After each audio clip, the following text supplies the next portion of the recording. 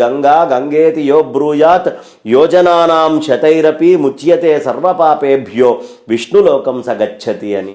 మాఘమాసం చాలా విశేషమైనటువంటిది. ఎంత విశేషమైందయ్యా మాఘమాసము అంటే, ఈ మాఘమాసంలోనే మనం గణపతికి ఎప్పుడూ సంకష్ట చతుర్థి అని చేసుకుంటామే, ఆ సంకష్ట చతుర్థి అనేటటువంటి కథ పుట్టింది ఈ మాఘమాసంలోనే. ఆయన బ్రహ్మదేవుడి యొక్క కష్టాలని తీసింది ఈ మాఘమాసంలోనే. ఆయన అనుగ్రహం వల్ల సృష్టి ప్రశాంతంగా చేశాడు. ఇక మనం ప్రతీ నెల మాస శివరాత్రి అని చేసుకుంటూ ఉంటాంగా. రేపు వచ్చే మాస శివరాత్రి పుష్యమాసం మాస శివరాత్రి, లేదు మాఘ శివరాత్రి మహాశివరాత్రి, లేదు ఆ తర్వాత వచ్చేటటువంటి ఆ ఫాల్గుణ మాసంలో వచ్చే మాస శివరాత్రి, చైత్ర మాస, ఇవన్నీ ఏమిటి అంటే ఈ మాస శివరాత్రులన్నీ పుట్టడానికి కారణము మహాశివరాత్రి.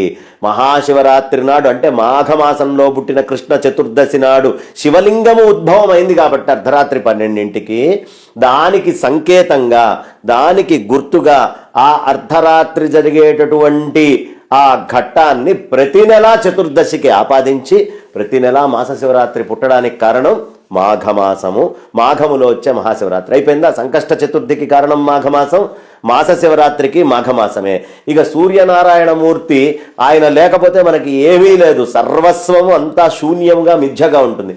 అలాంటి సూర్యనారాయణమూర్తి పుట్టినటువంటి సూర్య సప్తమి, జయంతి సప్తమి, ఆ రథ సప్తమి అది కూడా ఈ మాఘములోనే వస్తుంది. కాబట్టి మాఘమాసములో వచ్చేటటువంటి దాంట్లో సూర్యనారాయణమూర్తి పూర్తిగా మనకు కనిపించాడు. ఇక మాఘ శనివారాలు విష్ణుమూర్తికి చాలా ప్రీతిపాత్రమైనటువంటి శనివారాలు. అంటే విష్ణుమూర్తి కూడా మాఘ శనివారాల్లోకి వచ్చి కూర్చున్నారు. ఇక దాక్షాయణి అమ్మవారు మాఘ పౌర్ణమి నాడు దక్షుడికి మొట్టమొదటిగా శంఖంలో దొరికింది ఆ తల్లి. కాబట్టి మాఘ పౌర్ణమి చాలా విశేషమైనటువంటిది. అందులో అమ్మవారు కూడా వచ్చి కూర్చున్నారు. ఇప్పుడు శివుడు వచ్చాడు, విష్ణుమూర్తి రావడానికి కారణం ఇదే అయింది. సరస్వతి అమ్మవారి పుట్టుక చెప్పుకుంటున్నాం, దాక్షాయణి అమ్మవారు రావడానికి కారణము ఇదే అని చెప్పుకున్నాం. సూర్యనారాయణమూర్తి యొక్క విశేషాలుని మనం మొత్తముగా చెప్పుకుంటూ అంటే పంచాయతనము అనే ఆదిశంకరాచార్యులు వారు ఏది స్థాపన చేశారో ఆ పంచాయతన పూజ మొత్తము సంబంధించిన మూలాలన్నీ మాఘమాసంలో పుట్టినాయి. అందుకనే 4 మాసాలు 12 నెలల్లో చాలా విశేషమని చెప్తారు. ఆషాఢము, కార్తీకము, అలాగే వైశాఖము, ఈ ముఖ్యమైనటువంటి వాటిల్లో 4వది మాఘము కూడా.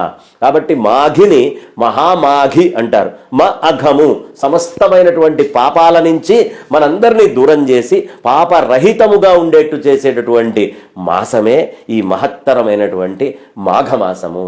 ఈ మాఘమాసము సుబ్రహ్మణ్య స్వామికి కూడా చాలా ప్రీతిపాత్రమైనటువంటి మాసం. ఇందులో షష్ఠి సుబ్రహ్మణ్యుడికి విశేషమైనటువంటి ఆరాధన చేయమని మనకి చక్కగా తెలియపరుస్తుంది. కాబట్టి ఇప్పుడు మాఘమాసంలో ఏమైపోయింది, సూర్యనారాయణమూర్తి వచ్చాడు, మాఘమాసంలో శివయ్య వచ్చాడు, వీళ్ళందరూ ఉన్నారు. కాబట్టే మాఘానికి ఇంత ప్రత్యేకత వచ్చింది. మాఘమాసానికి ఇంకొక గొప్పతనం ఏమిటంటే వసంత ఋతువుని ఆహ్వానించేటటువంటి మాసము. అందుకనే బసంత పంచమి అని ముందే పిలిచేస్తారు. ఎక్కడొచ్చినాయ్యా ఈ వసంత ఋతువుకి సంబంధించినటువంటి ఛాయలు అంటే మాఘమాసంలోనే వసంత ఋతువుకి సంబంధించినటువంటి ఛాయలు మొత్తము వస్తాయి.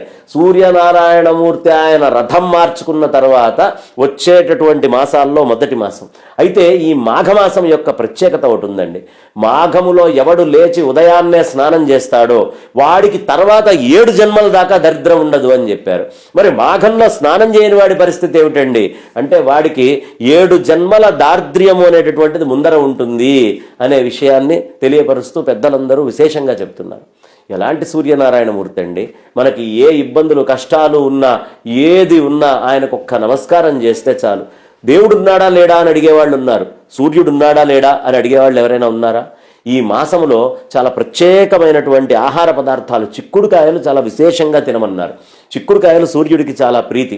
అలాగే మన జిల్లేడు ఆకుల్ని తెచ్చి పెట్టుకొని వాటితోటి స్నానం చేయమన్నారు.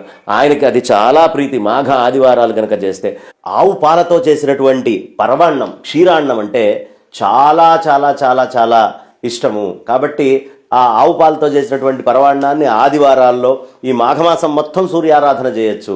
అలా చేయాలి. రేగిపండ్లు చాలా విస్తృతంగా తినమన్నారు. ఈ కాలంలో రేగిపండ్లు తింటే చాలా విశేషమైన బలం వస్తుంది. ఏది గంగు రేగిపండ్లు కాదు, చిన్న రేగిపండ్లలో చాలా ప్రత్యేకత ప్రాధాన్యత ఉంటుంది. అలాగే నాటువైన గంగు రేగిపండ్లైనా పర్వాలేదు, హైబ్రిడ్ వెరైటీ కాకుండా. అయితే ఇంకా విశేషం ఏమిటంటే మాఘములో స్నానము దీపారాధన ఖాయంగా చేసుకోవాలి అని చెప్తున్నారు. ఈ మాఘమాసంలో చేసేటటువంటి దీపారాధన విశేషమైనటువంటి అక్షయ ఫలితాలను ఇస్తుంది, పితృదేవతల్ని కూడా తరింపజేస్తుంది అని చెప్తారు. మాఘంలో దానానికి చాలా ప్రత్యేకత. మాఘములో మొత్తము నీళ్లల్లో కూడా ఆ గంగా అమ్మవారు వచ్చి ఉదయాన్నే ఉంటుంది. గంగా గంగేతి యో బ్రూయాత్ యోజనానాం శతైరపి ముచ్యతే సర్వపాపేభ్యో విష్ణులోకం సగచ్చతి అని. ఎవరు చక్కగా గంగా స్తోత్రం చేసి ఆ అమ్మవారి యొక్క 12 నామాలు తలుచుకుంటూ స్నానం చేస్తారో వాళ్ళందరూ కూడా పుణ్యచరితులు ధన్యులు అవుతారు. ఇదే మాఘ మాహాత్మ్యం.